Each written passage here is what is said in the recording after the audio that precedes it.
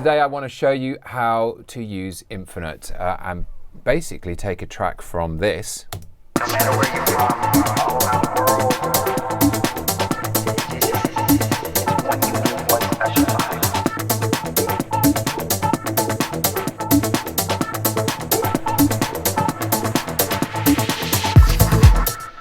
Which is fairly basic and unexciting to this.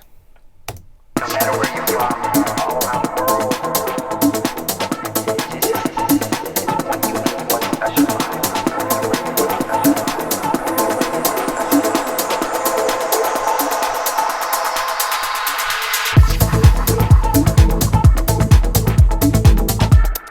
Cool, so let's get going. What we're going to do first is basically build a riser into the drop. So we're going to start with the default load position for Infinite, which pretty much has nothing on it. And as you can see, you've got one wheel here that if you want to, you can use across a whole bunch of presets. So you would go to, for this insert, for this one particular one, you'd go to risers and you choose one of these risers. And then that would do your build for you. You've got more complex risers here, which we'll go into it a bit later on. But for the time being, if we just pull one up, then we draw the automation lane in. So we want this to happen over a period of the drop down all the way to where it goes back into the beats and the drums. So it's over a period of 8 bars. So if I'm just going to draw the automation in for this one knob side. So here's the automation, and I'm literally going to go all the way from 0 to 100%. Today I'm working in Studio One on this particular session, but the plugin works just as easily on all other DAWs. So we've made it so it works with every other DAW out there actually. So Logic, Pro Tools, Cubase, Fruity Loops, and the rest. So it comes in AU, VST, AX, all the formats that you need. Anyway, I've drawn in an automation with a slight curve on it going up to the end of the breakdown, and I've just pulled up a preset from the riser section. So let's press play and see how that was working.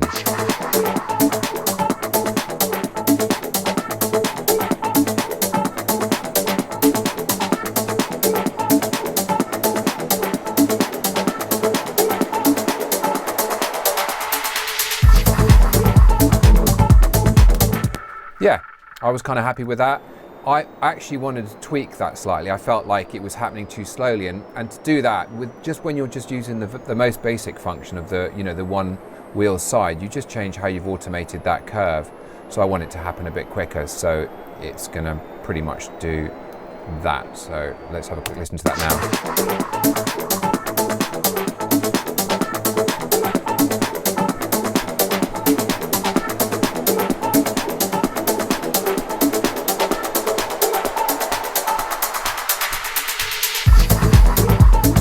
Yeah, that's better. I'm happy with that.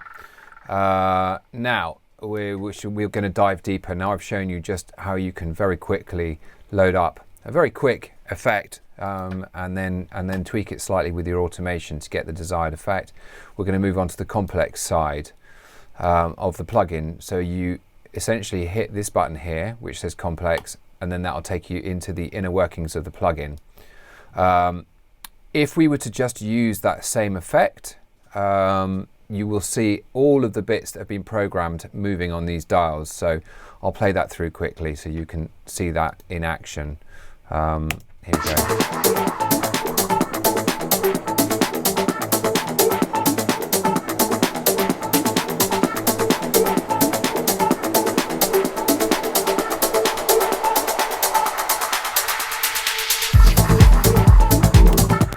So in that you can see that we had some reverb being mixed in with some delay set to a 16th note. There was a bit of gain adjustment. There was a high pass filter and white noise all thrown in. And now we'll go into building this effect and how I did it and how I made this particular one. Let me do that again. And now I'll go into building how Mark and I made that effect for this very first preset. So let's strip it back. I'm going to take out this section here, which is reached by clicking on this little icon here. Usefully, everything has a little help. Usefully, let me do that again. So whenever you hover over a section, it'll actually explain what that section's there for and what it does. So we want to go into the macro section if we're going to start programming. So let's open that up, and I'm going to actually delete all of the program macros so we are left with nothing. And these are all of these sections here. We have in the top section reverb, delay, crunch and LFO. And these are all interchangeable. This is a modular system, so you can change the way that they interact with each other. The signal process starts from the left-hand side of the plugin and moves through to the right. So the reverb in this particular instance would be processed first, followed by delay, followed by crunch, saturation, followed by the LFO. The bottom section is a global fixed, so it's across everything. So you've got the high pass and low pass filters. You've got the resonance that it will, is connected to that high pass and low pass filter, a format control, a width control, which is quite handy, used subtly to, slightly narrow the signal as you're building up and then put it back to full width. So it just feels like everything gets bigger and more expansive when the drop hits. And here we have the white noise dial, which effectively you dial in just to really boost your effect. This is a combination of white noise and a shepherd's tone, very subtly put in there. Okay, and here you've got your meter just so you can see what's going on. We have clipped the output to stop it from ever, pushing your mix over. But we've put in automation for the gain also, so you can really control your levels of your build and stop them from going completely out of control. Okay, so let's start at a most basic level. Let's just do a high pass filter. So whenever you select something, so I'm selecting that, it will appear in the macro section. See, it's then written high pass filter. If I was to slide on the low pass filter, that would then appear in that section, in the macro section. So let's go back to high pass filter. Let's switch that on. Okay, now here you'll see two nodes. One node here is essentially this line coming down here is when the big knob on the other side is set to 0. When it's over at this end of the dial, it's all the way up at 100. And then the scale going up is the amount of that effect that you're adding in. So if I was to push this, for example, to all the way up to here very quickly, you'd filter it out very quickly. And you can also add in extra nodes. And then if you push in the middle without double clicking, you can then create bends. So if I was to do something like that, the track would very quickly disappear. So as you can see, so that's happening way too quickly. We've got a little yellow line here, which is super useful because it shows you as it's moving real time what the effect's doing at that particular point, and it allows you to then, see which bit of the build that you're creating, or the downer, or whatever it is effect you're creating. It affects you to really fine tune and see which part it is you want to fine tune. So let's take out that node, just make it a straight up. We'll keep a little bit of signal, so we'll just get it to go to maybe about 6K. Okay, let's try that, see how that sounds.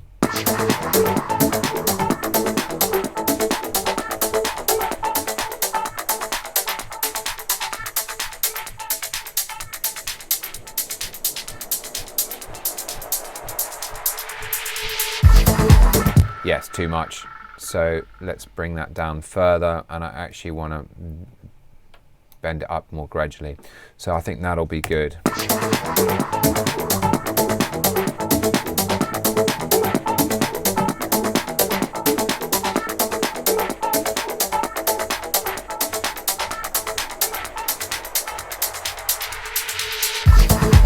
Yep, I'm happy with that. If for example, you want the breakdown to start immediately on a slight high pass filter, you create another node like this and you put it here. Always make sure that you keep your first node at the bottom, so when it kicks back in and the macro knob's back down to 0, you haven't still got that effect going on. So now when I press play, the high pass filter will kick in straight away on the breakdown like that. Okay, so I don't want that to happen. So next thing, I'm going to add a bit of I think I'm next going to go in for, let's go for reverb. So I select the mix. I want the decay to be a bit longer, so it's a bit more dramatic. So this is effectively a decay setting from here, which is a very short decay, to here, which is an uber long decay. So let's go somewhere in the middle. And now click the mix, and you can obviously automate that as well. I'm going to keep it fixed for the time being. And just work with the mix. So there we go. I've clicked that dial and it brings up the reverb mix. Now let's add that into the equation. There you go. You've got your automation line here again. So let's try something like that. Again, I want to make it sort of come in gradually and then add more. Because we're adding reverb, I'm going to want to add a bit of intensity. So at the same time, I'm actually going to add a bit of saturation to it. I think I'm going to use tape, and I'm going to add that in as well, just to add to the intensity. So let's see how that sounds with all those added in.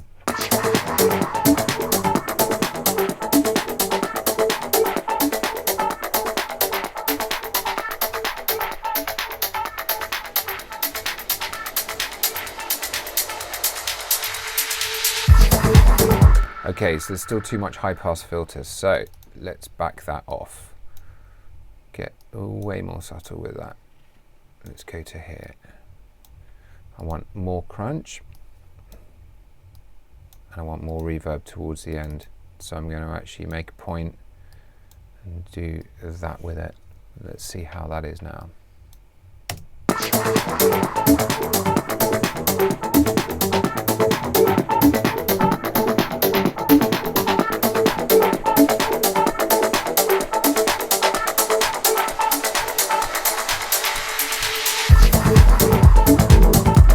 That's definitely getting better. I want more reverb sooner, so I'm going to bring that forward a bit and just check it in the middle actually.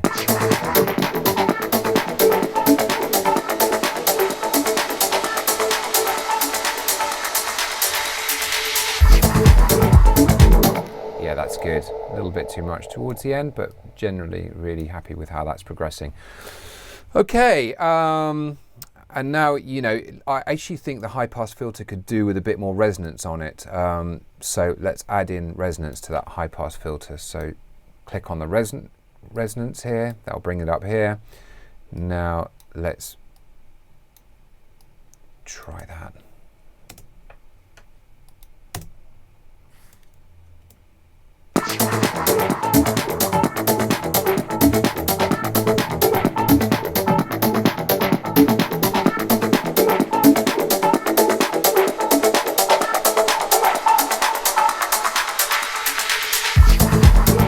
Nice, that's really good.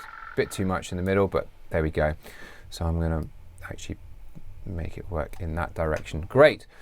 So we're now really starting to build more kind of complex builds. I actually want to add in some delay on this as well, actually, because I think that will really help add to the excitement of this build. So I'm going to use a 16th note with a fair amount of feedback, which again, anything you can use on the macro section, so you can increase that feedback as you go along and have it quite short initially to full-on feedback towards the end. Let's just start with the mix knob again. So you select the mix knob, turn the macro on, and turn this up. Let's just see how it is on a. I'm going to bend it up.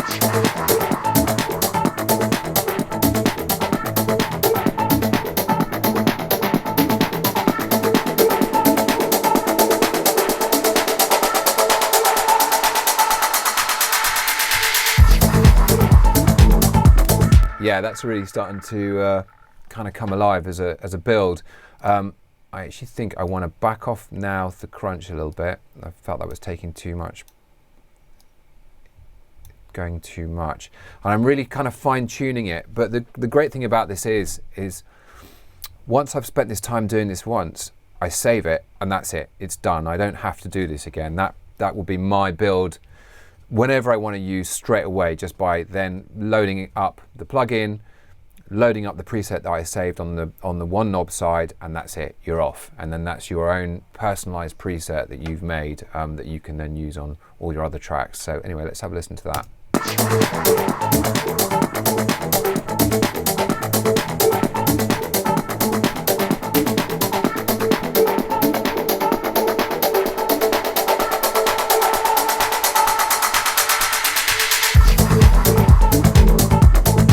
Let's save it so we've got this to use. First thing I would suggest doing is maybe making your own personalized folder. So let's do a JFR folder, and then in that folder let's call this one Toolroom Riser JFR 1. Cool. Now you've got that always there to use. So if I was to load up another instance of Infinite, I could then go here and JFR Toolroom Riser, and then that should all be there, programmed, ready to go. So simple as that. Yeah, now I've shown you how the plugin works and how the kind of all the basic functionality of it is. I mean, really, all that remains is for you to go and have some fun and really get creative with it. I wanted to show you like it in kind of full program, full action mode. So here's another breakdown. And actually the interesting thing about this is that you can take, it doesn't have to be a riser or going down, it can be both over the transition of one period, which I'll show you now on this particular event. So here we have got the Infinite across the master bus, and in particular I want to show you the low pass filter. So you can see here it's starting at normal, going down, filtering the whole track down, but then coming back up again. So you can literally program you know, a complete up, sort of down and then back up section with loads of effects. So let's see this and hear this in action.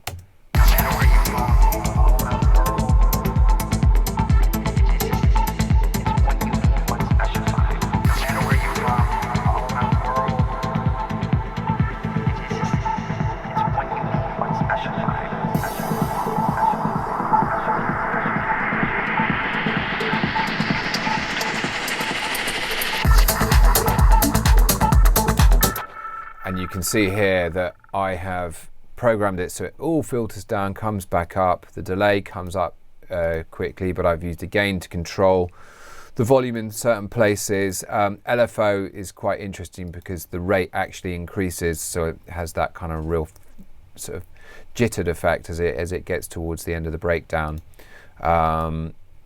And then we're, you know, blending in white noise and reverb and everything else. So it's made a really kind of cool, complex transition that you'd have to use a lot of plugins to make this effect, and would be, yeah, quite long. So hopefully this will save you a lot of time in your productions. So thank you very much for watching today. I hope everything that I've explained about Infinite makes sense. We hope you have as much fun using it as Mark and I did making it, because yeah, it's been amazing, and amazing to see that we have achieved what we set out to do, which is create a tool that just will give you insane builds and effects in your tracks.